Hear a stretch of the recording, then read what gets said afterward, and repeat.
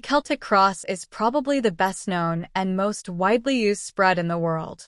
Conducted with 10 cards, it can provide detailed answers and in-depth advice. There are also a number of variations of this spread. While keeping true to the original shape, they change the order in which the cards are drawn or alter the interpretations of the positions. The spread is divided into 3 parts. The first 2 cards, called the cover and the cross, describe the querent and his or her situation. The following 4 cards, the wheel, are placed in a circle around the first 2. They offer greater insight into the situation, the querent's past and aspirations, as well as the obstacles in the way. The final 4 cards, the tower, provide guidance for the future and for a solution. Instructions. Take a few moments to focus, then shuffle the tarot deck. Have your sitters shuffle the cards after you, or alternatively, they could directly cut the deck.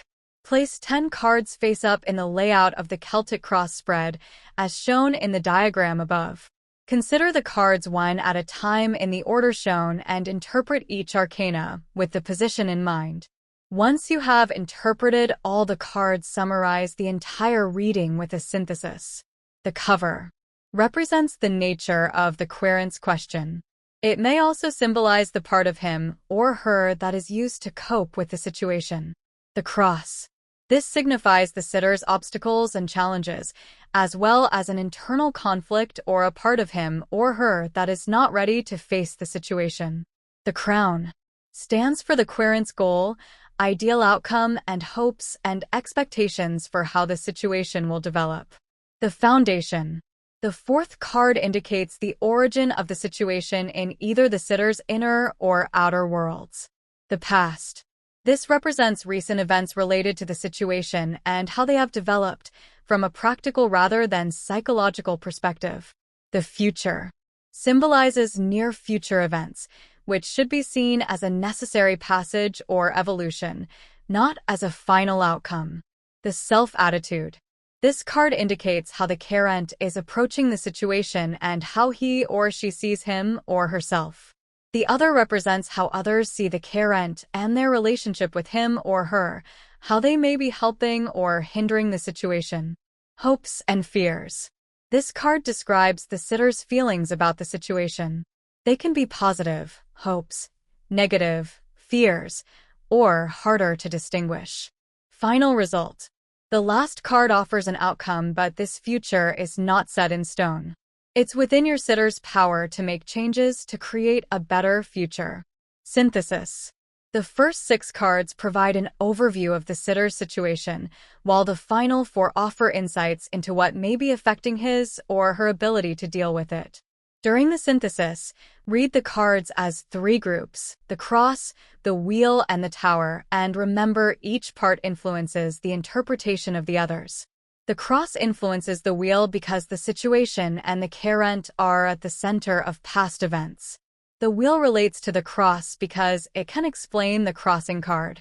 The cross connects with the tower because the problem and the solution are related. The wheel influences the tower because future outcomes must take the past into account. Example reading. The cover reveals the situation. The querent is feeling scared, insecure, and lacking self-confidence. The cause may be financial.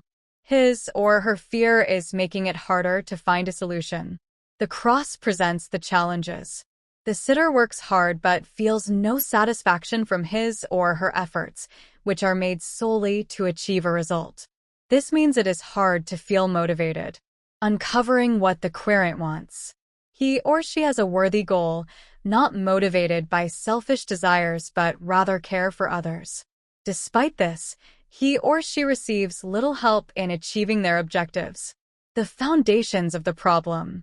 This situation arose because the sitter put too much faith in the belief that effort equals reward. He or she has put in a lot of work, but it isn't paying off. Recent events brought to light. The sitter has tried to hide his or her feelings about the situation and solve the problems alone. He or she is ashamed of being weak and needy. What will come to pass? The situation looks likely to get worse before it gets better.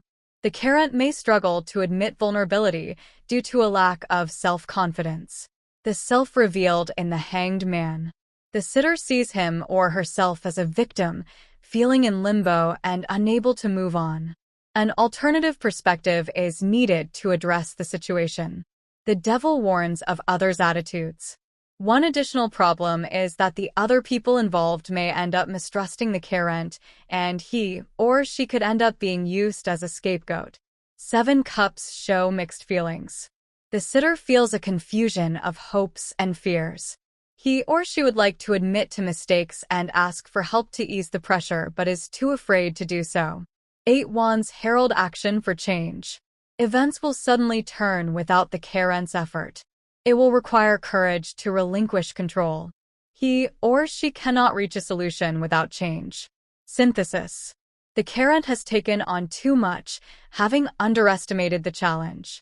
It is difficult to find a way out, and the more effort that is put in, the more effort it is necessary to make. He or she is scared that continuing to act in the same way will make things worse. It could be helpful to focus the querent's attention on the Judgment and 8 of Wands cards, representing the future and final result. He or she can be reassured that the situation will eventually resolve itself if there is an ability to face things head-on through change and understanding. The sitter must embrace and adopt change to allow a sense of confidence and motivation to return. As his or her inner world improves, the carrot will find that outside problems will become easier to face. Until next time, farewell.